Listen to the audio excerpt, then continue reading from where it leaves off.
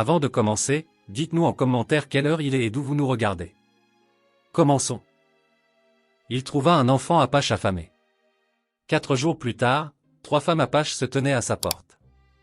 Avant de plonger dans l'histoire, n'oubliez pas d'aimer la vidéo et de nous dire dans les commentaires d'où vous regardez.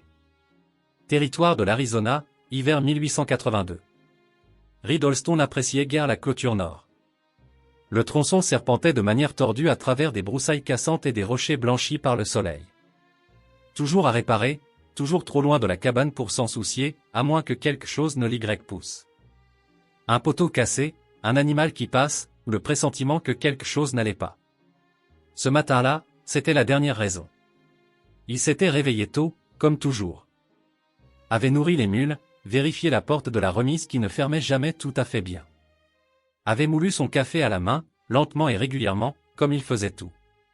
Sa cabane, au mur de bois brut, avec un seul tuyau de poêle, un toit rapiécé avec de l'écorce et de l'espoir, était restée silencieuse toute la nuit. Pas de visiteurs, pas de bruit, sauf le vent, mais quelque chose le rongeait tout de même. Une sensation dans les tripes. Il essaya de l'ignorer. Ça ne marcha pas.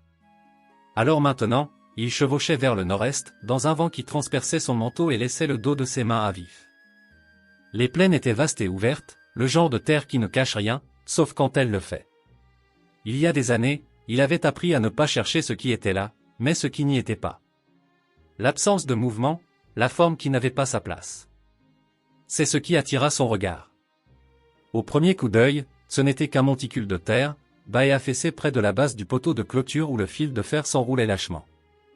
Cela aurait pu être un sac ou une carcasse de coyote, du genre traîné par les vautours et à moitié recouvert par le sable soufflé par le vent, mais ce n'était pas ça. Il ralentit la mule et descendit, ses bottes craquant sur le sol gelé. Il s'approcha avec un œil prudent. Une main resta près de son holster par habitude, bien que son instinct lui dît déjà que ce n'était pas un danger. C'était quelque chose de pire. C'était un enfant, un garçon, un apache à en juger par son apparence, pas plus de 5 ou 6 ans, recroquevillé sur lui-même comme une chose cherchant à disparaître. Pieds nus. Ses côtes se dessinaient sous sa peau. Une joue reposait contre le sol dur, ses lèvres sèches et gercées. Ses mains étaient petites, les doigts raides et changeant de couleur. Il portait une fine chemise en peau de daim déchirée le long d'une manche. Pas de manteau, pas de couverture. Les cendres d'un petit feu de camp s'étaient envolées et mêlées à ses cheveux. Reed s'accroupit, expira par le nez. Il regarda autour de lui.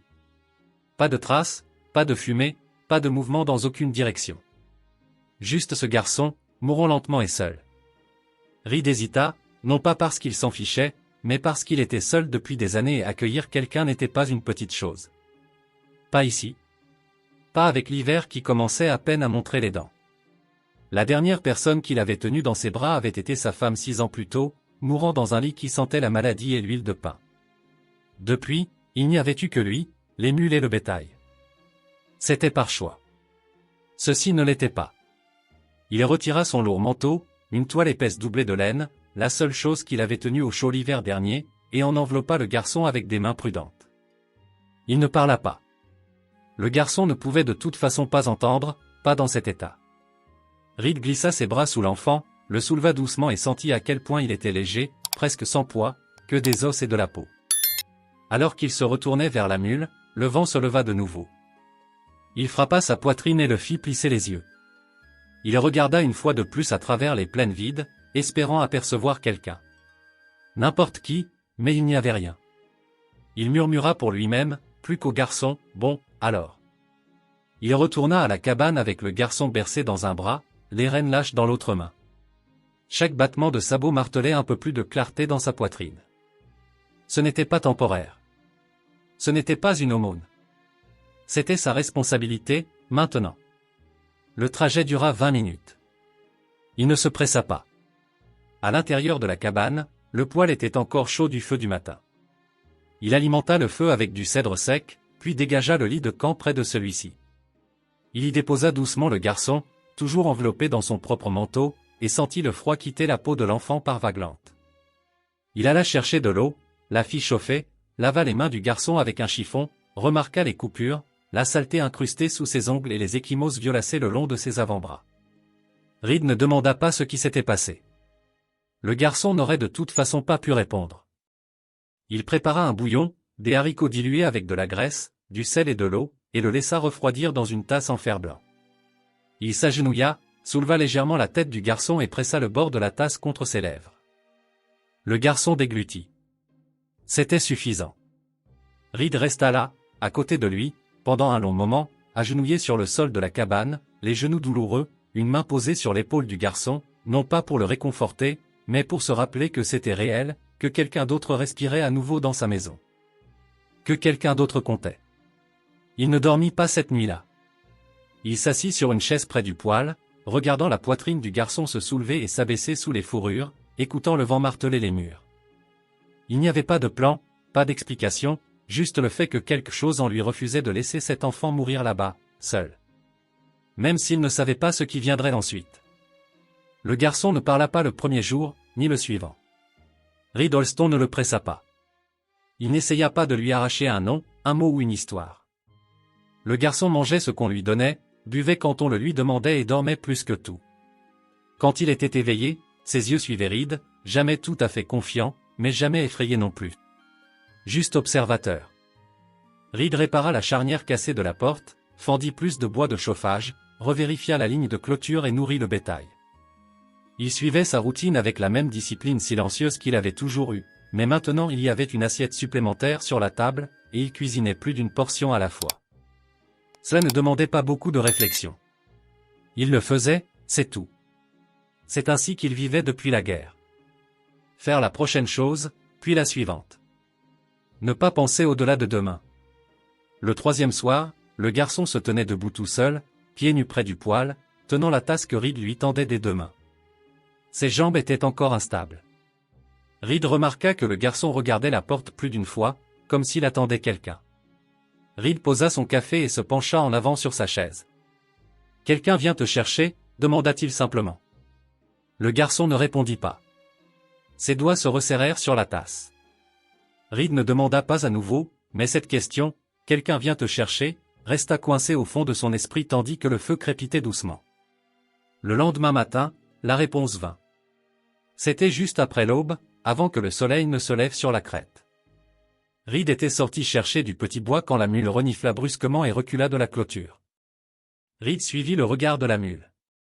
Là, dans la pâle lumière grise, se tenaient trois silhouettes à pied. Des femmes, apaches, assez proches maintenant pour que leur souffle soit visible dans l'air froid. Elles ne bougeaient pas, ne faisaient pas de signes, se tenaient simplement sur une butte au-dessus de la cabane, la brise tirant doucement sur leurs longues jupes et leurs cheveux tressés. Reed sentit son estomac se nouer. Il regarda en arrière vers la cabane où le garçon dormait encore. Puis il se tourna pour leur faire face. Elles étaient usées. C'était la première chose qu'il remarqua. Pas seulement fatiguées, mais usées jusqu'à la corde. Leurs mocassins étaient couverts de poussière et de boue séchée. Leurs robes, en longue peau de cerf, cousues de perles et de coquillages, étaient déchirées aux coutures et pendaient lâchement par endroits. L'une portait un ballot enroulé sur son dos. Une autre avait ce qui ressemblait à un vieux couteau de chasse attaché à sa ceinture avec un morceau de tissu. Leurs joues étaient brûlées par le soleil, leurs bras minces point celle de devant, clairement la plus âgée, s'avança seule.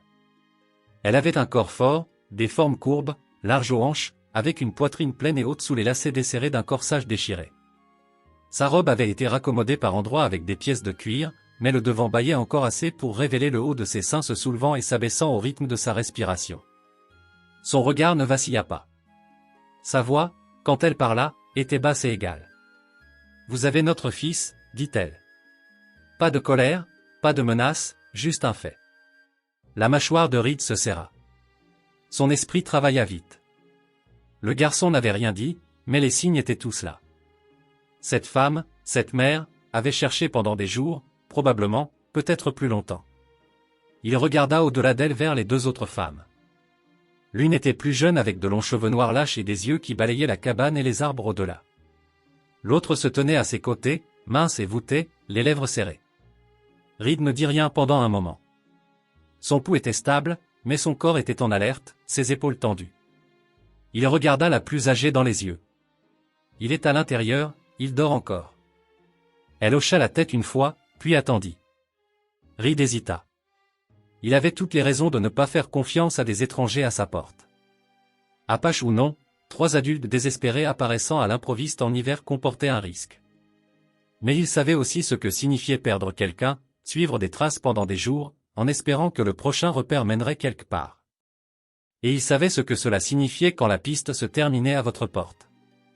Il recula d'un pas. « Entrez », dit-il. Elles se déplacèrent en silence. Pas de questions, pas d'hésitation. Quand elles entrèrent dans la cabane, la chaleur les frappa au visage. Leur corps se raidirent sous l'effet du changement. Reed regarda la plus âgée traverser rapidement le sol et tomber à genoux près du lit de camp. Le garçon s'agita, clignant des yeux. Puis ses yeux s'illuminèrent. Il se jeta dans ses bras sans un bruit, enfouissant son visage dans le creux de sa poitrine. Elle l'enlaça fermement, les mains sur son dos, sa tête s'inclinant jusqu'à ce que ses lèvres touchent ses cheveux. Les 2 autres femmes se tenaient dans l'ombre près du mur, observant avec de grands yeux, mais sans s'approcher. Le garçon ne pleura pas. Elle non plus. Ils se tenaient juste l'un à l'autre. Reed versa de l'eau dans une tasse en fer blanc et la fit glisser sur la table. Puis il ouvrit le garde-manger, sortit le peu qui restait, de la viande séchée, du pain dur, quelques haricots secs, et les plaça près du poêle. « Mangez, dit-il. » Les femmes ne bougèrent pas tout de suite. Puis la plus grande, tenant toujours le garçon, tendit la main et prit un morceau de pain, le rompit, en donna une partie à l'enfant, puis une autre aux autres femmes. Elles mangèrent lentement, délibérément, en silence. Après un long silence, elle leva les yeux vers Reed. « Je suis Asha, dit-elle. » Il hocha la tête une fois. « Reed ?» Un autre instant passa. « Pourquoi l'avez-vous aidé ?» demanda-t-elle. Pas en colère, juste essayant de comprendre. Reed se frotta la nuque. Ça ne me semblait pas juste de le laisser là. Asha soutint son regard une longue seconde. « Non, dit-elle doucement. Ça n'aurait pas été juste. » Cette nuit-là, les femmes restèrent. Reed n'offrit aucune promesse, ne fit aucun discours de bienvenue. Il disposa simplement des fourrures supplémentaires près du poêle, ajouta plus de bois au feu et s'assura que la marmite d'eau restait pleine. Il nettoya son fusil avant de se coucher, comme toujours. Mais quand il leva les yeux, il remarqua quelque chose de différent. La cabane n'était plus vide. Et pour la première fois depuis longtemps, cela ne ressemblait pas à une menace. Cela ressemblait à quelque chose qui commençait. Le matin vint, gris et sec, du genre qui ne porte aucune chaleur malgré le soleil se levant sur la crête. Reed Holston se tenait près du poêle, ajoutant du bois fendu à la flamme, tandis que la bouilloire en fonte cliquetait faiblement à côté de lui. Ses épaules lui faisaient mal après une nuit de sommeil difficile sur la chaise, mais il ne le montrait pas. Derrière lui, la cabane était plus silencieuse que d'habitude, mais pas complètement. Le garçon était de nouveau recroquevillé près du feu, bien blotti dans un tas de fourrures pliées. Sa mère, Asha, était agenouillée à ses côtés. Elle n'avait pas beaucoup dormi. C'était clair. Ses longs cheveux noirs étaient toujours tressés serrés, bien que la poussière s'accrochât aux pointes. Sa robe, en peau de serre effilochée, rapiécée aux coutures, pendait lâchement sur ses courbes, les lacets sur sa poitrine à moitié noués. Une main reposait sur le dos du garçon. L'autre restait sur sa propre cuisse, immobile et stable. Reed ne demanda pas de quoi elles avaient fui. Il se dit qu'il n'en avait pas besoin. Les 2 autres femmes étaient restées près des ombres de la pièce. La plus jeune, Reine, comme il l'apprendrait plus tard, gardait le dos près du mur, les yeux vifs, sans dire un mot. La plus douce, Tula, semblait plus âgée qu'elle ne l'était probablement, se déplaçant doucement, prudemment, comme quelqu'un habitué à éviter les bruits forts. Elle se tenait maintenant près de la fenêtre, regardant à travers les broussailles avec un visage qui disait qu'elle n'attendait pas grand-chose de bon de la journée. Reed les observait toutes derrière sa tasse de café. Il n'était pas habitué à cette compagnie, au bruit, à ces respirations qui n'étaient pas les siennes. Il n'avait jamais invité personne à rester aussi longtemps, pas même les livreurs de Bisbee. Et pourtant, il ne leur avait pas demandé de partir non plus. Il n'était pas sûr de ce que cela signifiait. « Je dois vérifier la clôture », dit-il après un moment. Sa voix sortit sèche et plate. Personne ne répondit, mais la tête d'Asha s'inclina très légèrement, et Reed sut qu'elle l'avait entendu. Il attrapa son manteau, mit son fusil à l'étui et sortit dans le froid. La porte claqua derrière lui. La ligne de clôture était à un quart de mille à pied de la cabane. Le vent balayait la terre dure comme s'il essayait de la mettre à nu. Reed vérifia les poteaux un par un, trouvant quelques fils lâches et un coin qui avait été frotté par un cerf ou un coyote. Il travaillait avec des mains gantées, enfonçant une attelle, tendant le fil. Son souffle formait de la buée dans l'air, mais son esprit n'était pas au travail. Il continuait de penser à ce qu'Acha avait dit la nuit précédente. « Vous avez notre fils, pas mon fils, pas le garçon. Notre fils. » Cela signifiait quelque chose. Peut-être pas de la manière dont la plupart le liraient, mais pour Reed, cela laissait entrevoir un lien entre ces femmes. Pas seulement de sang, mais de survie partagée. Peut-être n'était-elle pas de la même famille. Peut-être était-elle tout ce qui restait de quelque chose de plus grand. Une tribu, un camp, une communauté, anéantie ou dispersée. Il avait déjà vu ça. Reed avait servi comme éclaireur pour l'Union en 64, principalement dans le territoire de l'Arizona. Il avait vu les deux côtés de la laide vérité, ce que les hommes en uniforme faisaient aux familles Apaches et ce qui était fait en retour. Il n'en parlait pas, mais ça ne l'avait jamais quitté. Pas complètement. Ce garçon avait survécu à quelque chose. Les femmes aussi, et maintenant elles étaient dans sa maison. Quand il revint vers midi, l'odeur de haricots cuits l'accueillit avant même qu'il n'entre. Tula s'était occupé du poêle. Le garçon était assis droit maintenant, à côté d'elle, les jambes croisées sous lui, mâchant lentement une tranche de pain. Son visage était moins creusé aujourd'hui, ses yeux plus brillants. Reine était toujours sur le qui-vive, mais elle se tenait maintenant près du poêle. Sa robe, plus courte que les autres, révélait ses jambes jusqu'à la cuisse, et elle était toujours pieds nus malgré le froid. Reed baissa les yeux sur ses pieds. Peau craquelée, saignant par endroits. Il releva son regard sans commentaire. « Vous pouvez prendre des bottes, dit-il à personne en particulier. J'en ai en plus. Elles ne vous iront peut-être pas, mais c'est mieux que ça. » Reine ne répondit pas, mais Acha le fit de sa place près du lit de camp. Elle leva les yeux vers lui et hocha la tête une fois. « Nous nous occuperons des nôtres. » Reed ne discuta pas. Il se versa une tasse de café et resta dans l'embrasure de la porte, les observant toutes. Cela le frappa de nouveau. Cette cabane n'avait jamais contenu autant de monde. Pas même quand lui et sa femme s'installaient sur cette terre. Ça avait toujours été un lieu de silence, un lieu pour garder le monde à l'extérieur. Maintenant, c'était plein. Il songea à leur demander combien de temps elle comptait rester, mais quelque chose en lui résista. La question rendrait la chose réelle, la rendrait temporaire. Au lieu de cela, il ne dit rien. Ce soir-là, alors que la lumière déclinait et que les collines devenaient bleues, Acha sortit. Elle ne dit pas où elle allait, enroula simplement le manteau de Reed autour de ses épaules, le même manteau qu'elle lui avait rendu plié et brossé, et descendit vers le lit du ruisseau, où les roseaux séchés se courbaient dans le vent. Reed la suivit à distance, pas trop près, mais pas si loin qu'elle penserait qu'il s'en fichait. Elle s'arrêta près d'un amas de pierres. S'agenouilla, dit quelque chose à voix basse dans une langue qu'il ne comprenait pas. Son dos se soulevait et s'abaissait à un rythme lent, comme si elle mesurait sa respiration avec soin. Reed se tenait à quelques pas derrière, observant. Quand elle se releva, elle se tourna vers lui. Ses yeux n'étaient pas humides, mais ils étaient lourds. « Vous n'avez pas demandé ce qui nous est arrivé, dit-elle. Il secoua la tête. « Je ne pensais pas que vous me le diriez si je le faisais. » Elle hocha la tête. Nous avons caché le garçon pendant un raid. L'avons couvert de broussailles. Nous avons fui. Il nous a fallu des jours pour retrouver l'endroit. Et quand nous l'avons fait, il ne restait plus rien. Reed baissa les yeux, expira lentement. Vous venez de loin. Oui. Il hésita, puis dit, vous êtes en sécurité ici. Elle ne le remercia pas, le regarda simplement avec quelque chose d'indéchiffrable. Peut-être du respect, peut-être de la méfiance. Puis elle passa devant lui lentement, le bord de sa robe déchirée frôlant sa jambe. Cette nuit-là, personne ne demanda d'espace. Le garçon se blottit contre Acha sous les fourrures. Tula s'allongea près du feu. Reine s'assit en tailleur près de la fenêtre avec le manteau de Reed drapé sur ses genoux. Reed s'assit sur la chaise, les yeux mi-clos, le fusil sur ses genoux comme toujours. Il ne savait pas ce que demain apporterait. Mais pour l'instant, ils étaient tous encore là, et c'était suffisant.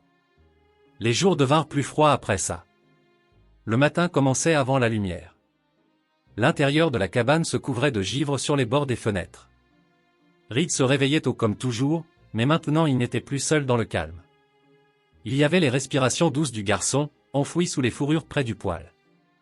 Les légers mouvements de Tula alors qu'elle déroulait ses articulations raides et se levait, toujours la première à bouger après Reed. Ren restait immobile plus longtemps, les yeux à peine ouverts, observant, évaluant, même à moitié éveillée. Et Asha, elle restait silencieuse, mais alerte, toujours la plus proche du garçon, son bras drapé sur lui comme une promesse qui ne serait plus rompue. Reed remarqua que la cabane semblait plus petite maintenant. Pas dans le mauvais sens du terme, simplement remplie. Le bois craquait différemment sous plus de pas. La bouilloire se vidait plus vite. Le bois de chauffage disparaissait 2 fois plus vite. Mais personne ne se plaignait. Ils bougeaient tous en rythme, comme s'ils avaient déjà fait ça, ou du moins comprenaient ce que signifiait survivre à l'hiver avec d'autres. La routine, le silence et l'utilisation de chaque miette. Ce matin-là, alors qu'il enfilait son manteau et ouvrait la porte, le vent se précipita, vif et sec, coupant à travers la cour avec un hurlement qui agita le bétail dans l'enclos. Il sortit et remarqua immédiatement Asha derrière lui. Elle l'avait suivi, pieds nus à l'exception de mocassins usés, ses bras serrés contre sa poitrine. Les lacets lâches de sa robe en peau de cerf s'écartaient de nouveau sur sa poitrine, plus par usure que par intention, mais Reed détourna le regard par instinct et par respect. « Vous avez froid » marmonna-t-il. Elle ne dit rien, se contenta de serrer plus fort ses bras. Sans réfléchir, il retira de nouveau son manteau et le lui tendit. Elle hésita, ses yeux se plissant, non par peur, mais par fierté. « Prenez-le » dit-il simplement. « Je bouge. Pas vous. » Elle tendit la main et prit le manteau. Ses doigts effleurèrent les siens une seconde, peau chaude contre main rugueuse et calleuse. Elle glissa le manteau sur ses épaules et resta immobile dedans un instant, le regardant. Son expression s'adoucit légèrement. « Vous donnez votre manteau trop facilement, » dit-elle. Reed haussa brièvement les épaules. « Il n'y a que vous qui grelottez là. » Ce fut la première fois qu'elle faillit sourire. Ils allèrent ensemble au corral. Asha resta silencieuse, observant comment il vérifiait la barrière, comment il passait la main sur le flanc de la mule, comment il versait quelques poignées d'avoine dans l'abreuvoir et passait sa botte dans la boue gelée pour vérifier le drainage. Elle suivait, marchant prudemment, son corps se mouvant avec une confiance tranquille. Elle ne demanda pas à aider. Elle ramassa juste le sac de nourriture quand il glissa du crochet et le tint ouvert pour lui. Il remarqua qu'elle ne portait pas de gants. Ses doigts étaient rouges de froid. « Vous utilisez des chevaux » demanda-t-il. « Pas de votre genre » répondit-elle. Les nôtres étaient plus rapides, plus petits. « Pourriez-vous avoir besoin d'aide » Elle ne répondit pas, mais elle resta. De retour dans la cabane, Tula avait commencé une soupe. Reed pouvait sentir la graisse du porc salé et des oignons sauvages qui chauffaient dans la marmite. Le garçon jouait maintenant, tranquillement avec un bâton qu'il traînait le long du foyer. Ren était assise près de lui, les jambes repliées sous elle, une main tournant paresseusement un petit sac en cuir entre ses doigts. Reed s'assit à table. Ses muscles lui faisaient mal. Le bas de son dos s'était raidi après avoir porté du bois la veille, mais il ne dit rien. Plus tard, pendant que les femmes mangeaient, Asha se leva et se dirigea vers la bassine. Elle trempa un chiffon dans l'eau tiède et s'agenouilla devant Ren, qui tressaillit légèrement. Asha ne dit rien, prit juste le pied de sa sœur, nu, craquelé, saignant par endroits, et commença à le nettoyer. Reed observait de l'autre côté de la pièce. Il réalisa alors qu'elles n'étaient pas seulement des femmes voyageant ensemble. Elles se soutenaient mutuellement, pas sœurs de sang, peut-être, mais quelque chose de plus ancien, quelque chose de mérité. Il regarda Asha envelopper le pied dans une bande de coton propre qu'elle avait déchirée de son propre ourlet. Ren ne parla pas, mais sa tête s'inclina, son menton baissé. C'était la chose la plus proche d'un merci que Reed l'avait vu donner. Cette nuit-là, après que le feu ait été ravivé et que le vent secouait les fenêtres par fortes rafales, Reed s'assit près du poêle pour nettoyer son fusil. Il remarqua Asha debout près de la porte, fixant le loquet. « Vous craignez que quelqu'un soit encore dehors » demanda-t-il. Elle ne répondit pas tout de suite. Puis elle dit, « Les hommes qui ont brûlé notre camp, ils ne viendront pas si loin. Pas à pied. Mais s'ils ont vendu des informations. Ils ne viendront pas, » l'interrompit Reed. « Soyez-en certaine. » Elle le regarda. « Vous ne pouvez pas savoir ça. »« Non, » dit-il, « mais j'ai vu des hommes comme ça. Ils ne poursuivent pas ce qu'ils croient déjà morts. » Asha hocha légèrement la tête, mais ses doigts s'attardèrent près du cadre de la porte, frottant le bois brut comme si elle en mémorisait le grain. Il posa le fusil. Vous n'êtes pas seul ici, dit-il. Elle se tourna lentement, sa silhouette se découpant dans la lumière du feu, son manteau toujours drapé sur ses épaules. Il glissa légèrement d'une épaule, révélant la ligne lisse de sa peau jusqu'à sa clavicule. Elle ne le remonta pas, resta simplement là. Vous n'avez pas demandé ça, dit-elle. Reed secoua la tête. Personne ne l'a fait. Pourtant, ajouta-t-elle doucement, vous n'avez pas fermé votre porte. Il ne parla pas. Nul besoin. Le vent dehors se leva de nouveau, faisant cliqueter le loquet, puis se calma. Asha s'approcha lentement et régulièrement, et s'assit près du poêle, pas à côté de lui, mais assez près pour que leurs genoux se touchent presque. Vous avez perdu quelqu'un, dit-elle. Ma femme, répondit-il après une pause. Il y a 6 ans. Pneumonie. Asha regarda le feu. J'ai perdu tout le monde en une nuit. Ils restèrent assis là sans parler tandis que le feu crépitait et que la respiration du garçon devenait régulière dans son sommeil derrière eux. Personne ne bougea pour éteindre les lampes. Personne ne dit à personne où dormir. Et quand Asha se pencha et ajusta la bûche dans le feu avec un tisonnier, son bras nu effleura celui de Reed. Elle ne se retira pas, et lui non plus. La neige tomba fort cette semaine-là. Elle commença comme un saupoudrage sur la crête un matin, mais la nuit suivante, le sol était recouvert d'une épaisse et lourde couverture, pesant sur tout. Les branches des mesquites ployaient bas. L'enclos des mules se remplit de congères. L'air lui-même semblait plus silencieux, assourdi sous le poids de l'hiver qui s'installait. Reed Holston se levait tôt et se couchait tard, travaillant pour garder la cabane au chaud, les animaux nourris et le toit dégagé avant qu'ils ne s'affaissent sous une neige qu'il n'était pas conçu pour supporter. Mais cette fois, il ne le faisait pas seul. Asha s'adapta aux routines sans qu'on le lui dise. Elle coupait du bois sans demander. Elle nourrissait la mule, puis rentrait se réchauffer les doigts près du poêle avant d'aider Tula avec ce qui cuisait. Elle portait toujours sa robe en peau de cerf, rapiécée, effilochée, obstinément basse sur la poitrine, mais maintenant elle était superposée avec un manteau que Reed lui avait donné et une écharpe en laine qu'elle avait trouvée dans son coffre de rangement. Elle se comportait de la même manière chaque jour, calme, concentrée, avec une sorte de force patiente que Reed respectait profondément. Ren gardait toujours ses distances. Elle parlait peu, observait tout, mais sa tension s'était relâchée. Elle ne sursautait plus quand Reed entrait dans une pièce. Elle emmena le garçon dehors une fois juste pour le faire marcher autour de la cabane et revenir. Il revint les joues rouges et riant. Le premier vrai son de joie que Reed avait entendu de lui depuis qu'il l'avait trouvé. Le garçon, dont il prononçait maintenant le nom Tojo, avait commencé à parler à voix basse, principalement à Asha, parfois à Tula, jamais à Reed, mais il le suivait dans la cour quand Reed transportait de l'eau ou vérifiait les pièges. Il ne posait pas de questions, il imitait juste ses mouvements comme s'il essayait d'apprendre quelque chose en le faisant. Reed ne s'en souciait pas. Cela lui rappelait des jours plus simples, avant que tout ne devienne silencieux dans son monde. Un après-midi, alors que la neige s'arrêtait pour quelques heures, Asha aida Reed à dégager un sentier jusqu'au poulailler. Ils travaillaient côte à côte, sans parler. Elle se déplaçait avec un rythme naturel, son corps fort et capable. À un moment donné, elle s'arrêta pour brosser la neige de sa manche et surprit Reed en train de la regarder. Il détourna rapidement les yeux, mais elle non. Vous viviez avec des gens avant, dit-elle. Ce n'était pas une question, mais une observation. Reed hocha la tête une fois. Il y a longtemps. Des soldats, des éclaireurs, puis des éleveurs, puis juste moi et elle. Asha jeta un coup d'œil vers la cabane. La femme que vous avez perdue? Oui, elle est morte ici. Dans ce lit? Silence. Puis Asha dit, c'est un bon endroit pour mourir.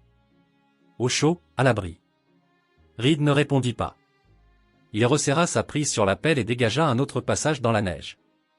Ce soir-là, après le dîner ragoût de lapin et pain dur, ils s'assirent ensemble dans la cabane tandis que le vent hurlait dehors. Tula s'était mise à recoudre une déchirure dans la manche de Ren. Tojo était blotti la tête sur les genoux d'Asha, le pouce près de la bouche, mais pas tout à fait dedans. Il devenait plus fort, mangeait plus, respirait plus facilement. La teinte violacée de ses doigts s'était estompée. Reed était assis dans un coin, affûtant sa lame, à moitié concentré, à moitié écoutant le son de la cabane avec des gens à l'intérieur. De vraies personnes, bougeant, vivant, pas des fantômes. Asha caressait les cheveux de Tojo, sa main se déplaçant lentement et régulièrement. Il a besoin d'un père, dit-elle soudainement. Reed leva les yeux, surpris par sa franchise. Je ne vous demande rien, ajouta-t-elle, lisant son visage. Je dis juste qu'il en a besoin. Reed hocha la tête. Il grandira et se forgera lui-même. Peut-être, dit-elle. Mais les garçons qui n'ont pas d'homme à suivre, soit ils deviennent sauvages, soit ils deviennent durs. Parfois les deux. Reed se pencha en arrière dans sa chaise, fixa le feu pendant un long moment. Je ne suis pas très bavard, dit-il finalement. Jamais été. Vous n'avez pas besoin de parler, dit-elle sans le regarder. Juste de rester. Plus tard cette nuit-là, après que les autres se soient couchés, Reed resta éveillé, assis près du poêle, regardant les dernières braises se consumer. Le vent dehors s'était adouci. Des flocons de neige tapaient doucement contre la vitre. Asha vint à côté de lui, enveloppé dans son manteau, ses pieds nus silencieux sur le plancher de bois. Elle ne parla pas, elle se tint juste là, près de lui. Sa main effleura son épaule, puis s'y posa. Reed ne bougea pas. Il ferma les yeux et la laissa faire. Aucune promesse ne fut faite, aucune décision déclarée. Mais à cet instant, quelque chose qui avait été verrouillé au plus profond de lui bougea. Pas complètement, juste assez. Les jours passèrent plus lentement au cœur de l'hiver. Mais chacun portait plus de poids. La neige ne se leva pas. Elle durcit, gela en crête croûtée le long des avant-toits, s'accumula en haute congère contre les poteaux de clôture et scella le paysage dans le silence. Reed Holston se déplaçait à travers tout cela sans se plaindre. Il gardait les chemins déblayés, les animaux nourris, les pièges vérifiés. Ses mains restaient à vif et son souffle ne cessait de se voir dans l'air froid, mais il travaillait avec constance, car maintenant il n'y avait plus que lui-même à maintenir en vie. À l'intérieur de la cabane, la chaleur tenait, à peine. Le poêle brûlait presque constamment. Tula était devenu doué pour rationner le bois, étirant la chaleur pendant les longues nuits avec de plus petites piles de petits bois et des combustions intelligentes. Elle et Ren partageaient maintenant les tâches sans beaucoup parler. Il n'y avait pas de rôles assignés, pas de règles. Elles observaient simplement ce qui devait être fait et le faisaient. Et Asha, elle avait cessé de se tenir à l'écart. Elle était à côté de Reed maintenant, souvent. Pas collée à lui, juste là. Dans l'étable, l'aidant à soulever les seaux d'eau. Dans la cour, brossant la neige du dos de la mule. Près du feu pendant qu'il taillait du bois, enfilant les lacets cassés de son manteau pour en faire de nouvelles lanières. Parfois, quand ils se croisaient à l'intérieur, leurs épaules se frôlaient. Sa robe était toujours la même. Raccommodée, tendue sur sa poitrine, mais maintenant elle avait des couches, le manteau de Reed, une couverture en laine drapée comme un châle, une ceinture en cuir serrée à la taille. Les vêtements ne cachaient pas sa silhouette, mais il n'essayait pas non plus de la montrer. Elle ressemblait à une femme avec un but, ancrée, présente. Cette nuit-là, après que Tojo ait été mis au lit et que Tula s'occupait d'une couture craquée sur la jupe de Ren, Asha s'approcha de Reed sans hésitation. Il était à l'établi, limant un éclat de bois pour un loquet cassé. « Vous n'avez jamais demandé ce que nous étions avant, dit-elle. Reed ne leva pas les yeux. Je ne pensais pas que ça importait. Ça pourrait, dit-elle, son ton indéchiffrable. Il posa la lime, se tourna lentement. Nous n'étions pas des épouses, dit-elle simplement. Pas toutes. Pas de la manière dont les Blancs utilisent ce mot. Nous étions ce qui restait après que les hommes aient été pris par les soldats, les bandes rivales ou la maladie. Reed hocha la tête une fois. Aucun jugement sur son visage. Juste à l'écoute. Ils nous appellent les maudites, ajouta-t-elle. Notre propre peuple, je veux dire. Parce que nous avons survécu. Vous n'avez pas l'air maudite, dit Reed. Asha pencha la tête. Vous ne tressaillez pas en disant ça. Je ne tressaille plus pour grand-chose. Asha s'approcha. Elle se tenait juste en face de lui maintenant, sans le toucher, mais assez près pour qu'il puisse sentir la légère odeur de terre sur sa peau. Son souffle, chaud, effleura sa mâchoire. Vous me regardez, dit-elle d'une voix calme. Mais vous ne prenez pas. La gorge de Reed se serra. Sa main resta immobile. Asha étudia son visage. Puis, très lentement, elle leva la main et en plaça une le long de sa joue. Son pouce effleura la crête d'une vieille cicatrice près de sa mâchoire. Reed ne bougea pas, ne rompit pas son regard. Vous n'avez rien à faire, dit-elle. Mais si vous le voulez, je resterai. Il ne parlait toujours pas. Elle se pencha, comblant la distance en lents centimètres. Sa main guida son visage jusqu'à ce que ses lèvres planent près des siennes. Puis elle l'embrassa. C'était doux, prudent, délibéré. Un moment qui semblait s'être construit en silence à travers des regards partagés, des épaules frôlées, des accords tacites pour rester proches et continuer à survivre. Reed ne se retira pas. Il laissa faire. Ferma les yeux et répondit doucement, avec retenue. Sa main se déplaça vers la courbe de sa taille, par-dessus la ceinture, par-dessus le tissu, la tenant comme quelque chose de fragile mais pas de cassable. Ils ne parlèrent pas après. Mais cette nuit-là, quand les autres se couchèrent, Asha resta près de lui près du feu. Elle ne lui prit pas la main. Elle n'en avait pas besoin. Elle s'assit juste à côté de lui, sa cuisse contre la sienne, sa tête finissant par s'incliner sur son épaule. Et Reed ne s'écarta pas. Il resta immobile car, pour la première fois depuis des années, quelqu'un avait choisi de rester à ses côtés, non par besoin, mais par désir. Et cela comptait, même si personne ne le disait à voix haute. Plus tôt dans la journée, Tula avait tranquillement demandé ce qu'il comptait faire au printemps. Reed n'avait pas répondu, mais maintenant, alors que le vent ralentissait dehors et que le feu réchauffait le plancher de bois sous leurs pieds, la réponse commença à se former dans sa poitrine. Simple, stable, sûr. Il n'irait nulle part. Le dégel commença par le son avant de se manifester à la vue. L'eau goûtait faiblement du bord du toit un matin, juste assez pour attirer l'oreille de Reed Holston alors qu'il sortait vérifier les pièges. L'air était encore froid, mais il s'était adouci. La lumière aussi changeait, avec plus de jaune que d'argent maintenant. Sous la neige, la terre n'avait pas abandonné. Elle attendait.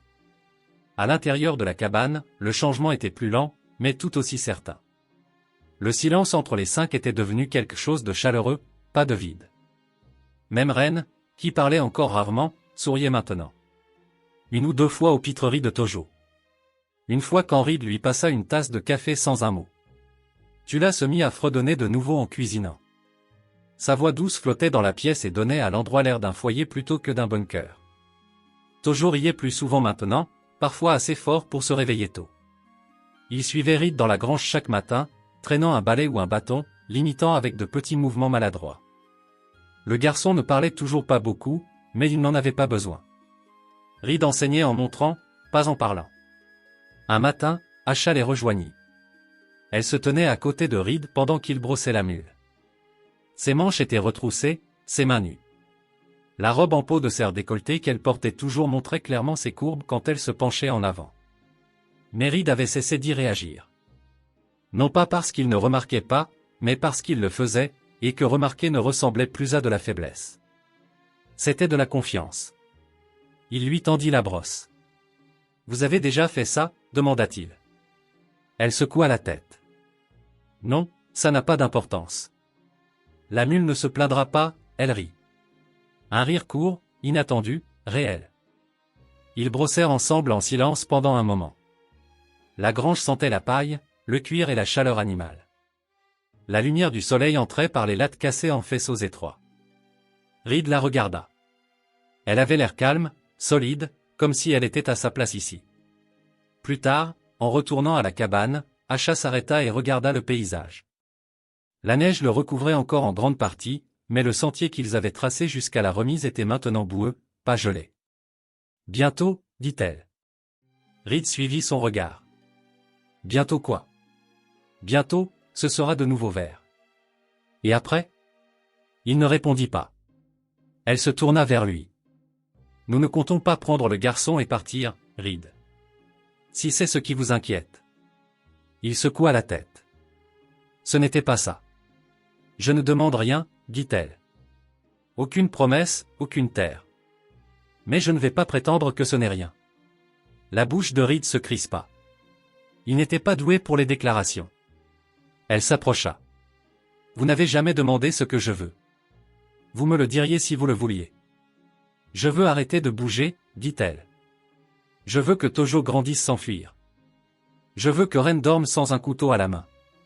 Je veux que Tula fredonne sans regarder par-dessus son épaule. » Sa voix s'adoucit. « Et je veux me réveiller près de quelqu'un qui n'attend pas de moi que je lui donne quoi que ce soit juste pour rester en vie. » Reed croisa son regard. « Vous avez ça maintenant, dit-il. Tout ça. » Elle l'étudia longuement, en silence. « Vous le pensez vraiment ?» Il hocha la tête. « Je ne vous aurais pas laissé rester si ce n'était pas le cas. Elle prit sa main. C'était la première fois qu'elle le faisait en plein jour, sans prudence. Et la plaça doucement sur sa taille. Pas pour séduire, pas pour tenter, juste pour se connecter. Je veux être à vous, dit-elle simplement. Mais seulement si vous me voulez de cette façon. Pas parce que je suis là, pas parce que je suis douce.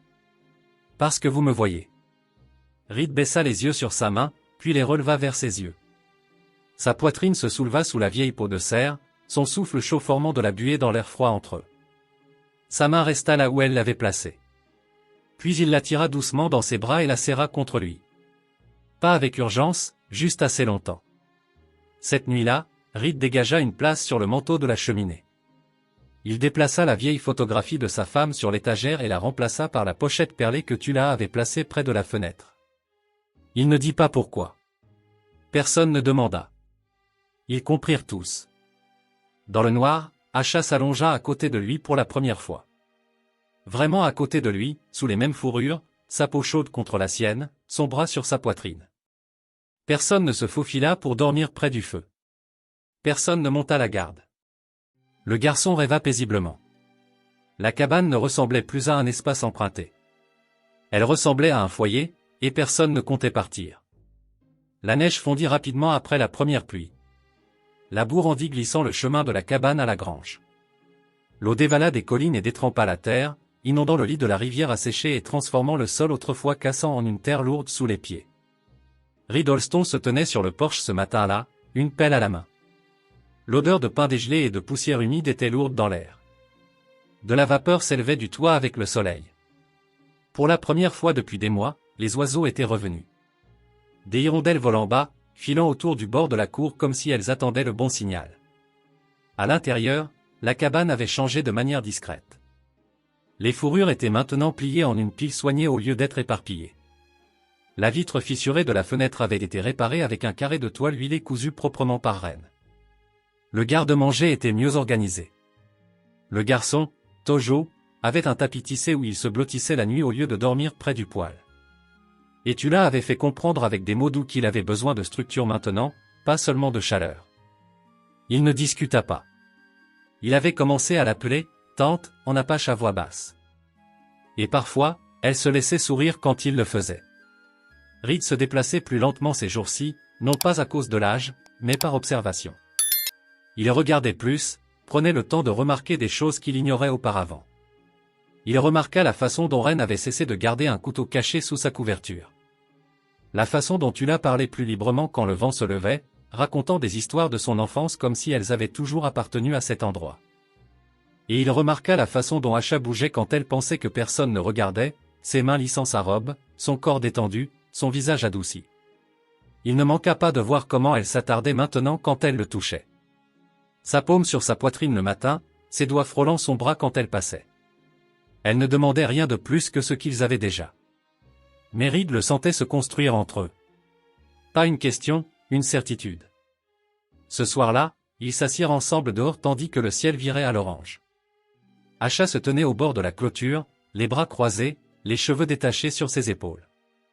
Elle portait toujours la même robe, mais maintenant elle était entièrement réparée, cousue avec soin par Tula et elle-même, et serrée à la taille par une nouvelle ceinture en cuir que Reed lui avait donnée. Elle encadrait pleinement sa silhouette, ses hanches, sa poitrine, la courbe de son dos, et il ne détourna pas le regard quand il le remarqua. Plus maintenant. Reed se plaça à côté d'elle, les bras croisés de la même manière. Le toit aura besoin d'être refait, dit-il doucement. Asha pencha la tête. Alors nous resterons assez longtemps pour ça. Reed hocha légèrement la tête. Elle regarda vers les montagnes. Tu penses que d'autres de notre camp s'en sont sortis? Il resta silencieux un instant, puis dit, quelques-uns peut-être. Pas beaucoup. Asha inspira par le nez, puis expira lentement. Nous avons survécu, dit-elle. Ça devrait signifier quelque chose. Ça en a un. Elle se tourna vers lui. Je veux que ce soit plus qu'un abri, Reed. Je veux des racines, pas seulement la survie. Il la regarda un long moment, puis dit, alors restez. Plantez-les ici. Elle s'approcha, son corps maintenant pressé contre le sien. Une main reposa sur sa poitrine, les doigts écartés. Sa voix baissa. Je veux partager ton lit. Reed ne répondit pas avec des mots. Il se pencha lentement et sûrement, et l'embrassa. Pas un effleurement de lèvres cette fois. Une connexion profonde, stable. Sa main glissa le long de son cou, ses courbes contre lui, son souffle se coupant légèrement. Cette nuit-là, elle le rejoignit sous les fourrures. Pas pressés, pas désespérés, leurs corps s'emboîtaient comme s'ils se connaissaient depuis plus longtemps que ce long hiver. Sa main guida la sienne, lente et certaine. La lumière du feu vacillait sur sa poitrine où sa robe avait été descendue jusqu'à sa taille, ses seins pleins et nus contre lui. Ses cuisses s'enroulèrent autour de ses hanches. Ils ne parlèrent pas pendant, juste respirèrent, bougèrent ensemble, restèrent. Plus tard, elle était allongée la tête sur son épaule, son bras autour de sa taille, ses doigts traçant la cicatrice qui courait le long de ses côtes. « Je n'ai pas besoin de promesses, murmura-t-elle. « Tu as plus que ça, dit-il. » Le matin, Ren les vit à travers l'embrasure de la porte, toujours blottis l'un contre l'autre. Elle ne parla pas, mais quand elle apporta de l'eau à l'intérieur, elle la posa sur la table avec une douceur que Reed n'avait jamais vue chez elle auparavant. À midi, la terre à l'extérieur avait commencé à montrer des pousses vertes le long de la clôture, et à l'intérieur, quelque chose s'était enraciné pour de bon. À la fin du printemps, la terre avait entièrement retrouvé ses couleurs. Les collines au-delà de la cabane, autrefois grises et stériles, fleurissaient de fleurs sauvages jaunes et d'herbes de prairies robustes. Le sol était de nouveaux meubles, du genre qui prend les empreintes de pas et les garde un moment. La mule perdait ses poils partout. Les oiseaux nichaient sous les avant-toits. Et le ruisseau que Reed croyait asséché pour de bon coulait maintenant de manière régulière et claire. À l'intérieur de la cabane, la vie s'était installée dans quelque chose qui ne semblait plus temporaire. Tojo était devenu plus fort. Il passait plus de temps dehors que dedans, aidant Reed à réparer les clôtures et apprenant à ramasser du petit bois sans casser les jeunes plants. Ses mots venaient plus librement maintenant, moitié anglais, moitié apache, mais toujours précis, prudent, comme s'il apprenait encore à faire confiance à sa propre voix. Ren s'était aussi fait une place. Elle parlait rarement plus de quelques mots par jour, mais elle était toujours en mouvement, transportant de l'eau, réparant le cuir, fixant les charnières de la porte de la grange. Elle avait pris en charge le mur des harnais, organisant les outils de Reed mieux qu'il ne l'avait jamais fait. Elle ne souriait pas souvent, mais quand elle le faisait, c'était sincère. Tu l'as passé plus de temps dans le potager qu'elle avait défriché derrière la cabane. Elle faisait pousser des légumes sur un sol tenace. Fredonnant pendant qu'elle travaillait, fredonnant en pliant le linge, fredonnant en cousant. Ce son faisait maintenant partie de la maison. Bas, chaud, constant, comme elle. Et Asha était devenue quelque chose que Reed n'avait plus osé espérer. Elle n'était pas bruyante à ce sujet. Elle ne lui demandait pas de changer ou de prononcer des mots pour lesquels il n'était pas fait. Mais sa présence remplissait la pièce d'une manière que personne d'autre ne pouvait. Elle partageait son lit chaque nuit, son corps blotti à côté du sien sous les fourrures usées, et se réveillait avec lui chaque matin, leurs épaules se frôlant dans la pénombre. Elle cuisinait quand elle en avait envie, travaillait quand elle n'en avait pas, et trouvait toujours le temps de le toucher. Son épaule, son dos, le côté de son visage, juste assez pour dire « Je suis là, toujours là ». Ils n'ont jamais parlé de mariage, pas formellement. Il n'y avait pas de prêtre, pas d'alliance. Mais la décision avait déjà été prise, tranquillement, par le simple fait de rester. Cette semaine-là, Reed construisit un deuxième enclos pour les poulets derrière la grange. Tojo aida. Les mains du garçon étaient encore petites, mais sa prise était ferme, et Reed lui montra comment tenir un marteau, comment aligner les clous avec son pouce, comment tester le poids d'une poutre avant de la mettre en place. Ils travaillèrent au soleil sans beaucoup parler. Mais à la fin de la journée, quand la clôture fut terminée et le poulailler couvert, Tojo le regarda et dit « Puis-je t'appeler père ?» Reed ne répondit pas tout de suite. Sa gorge se serra. Il essuya son front avec sa manche. Regarda le garçon dans les yeux. « Tu le fais déjà ?» dit-il. Ce soir-là, Reed sortit une vieille pochette en toile cirée qu'il n'avait pas ouverte depuis des années. À l'intérieur se trouvait une boucle de ceinture en argent de l'Union, usée et lisse. Il la donna à Tojo et dit « C'était la mienne, c'est la tienne maintenant. » Tojo la tint des deux mains et hocha la tête solennellement. Les femmes regardaient depuis le porche. Asha sourit, sa main posée sur son ventre. Ce n'était pas encore évident. Pour personne sauf Reed, qui avait remarqué la façon dont elle tenait son corps différemment ces derniers jours. plus lentement, plus lourdement, protectrice. Il ne demanda pas. Il n'en avait pas besoin. Plus tard cette nuit-là, alors qu'ils étaient assis près du feu, Asha s'appuya contre lui. Le garçon s'était endormi. Ren et Tula parlaient doucement près du poêle, échangeant des idées pour la planification de la saison suivante. Tu sais, dit Asha, mon peuple croit que la nouvelle vie arrive quand la terre a fini de faire son deuil. Reed ne dit rien au début, posa juste sa main sur la sienne. Puis il demanda, et pour les gens? Avons-nous droit à ça aussi? Asha tourna son visage vers le sien. Dis-le-moi. Il se pencha et l'embrassa lentement, profondément, sûrement, comme un homme qui ne craignait plus de désirer quelque chose. Cette nuit-là, ils s'allongèrent ensemble en silence, non par habitude, mais en paix. Le genre de paix qui ne vient qu'après un long hiver. Après des années à porter un deuil sans savoir où le déposer. Maintenant, il avait une place, un nom, une forme. Une famille. À l'aube, une douce brise passa à travers les fissures de la fenêtre. L'odeur de terre chaude et de pain entra. Reed s'agita, puis regarda à sa droite. Asha, toujours endormi, la main posée juste au-dessus de son bas-ventre. Il sourit. Ils avaient survécu à ce qui était venu avant. Maintenant, ils choisissaient ce qui viendrait après. Et cette fois, personne ne le leur prendrait.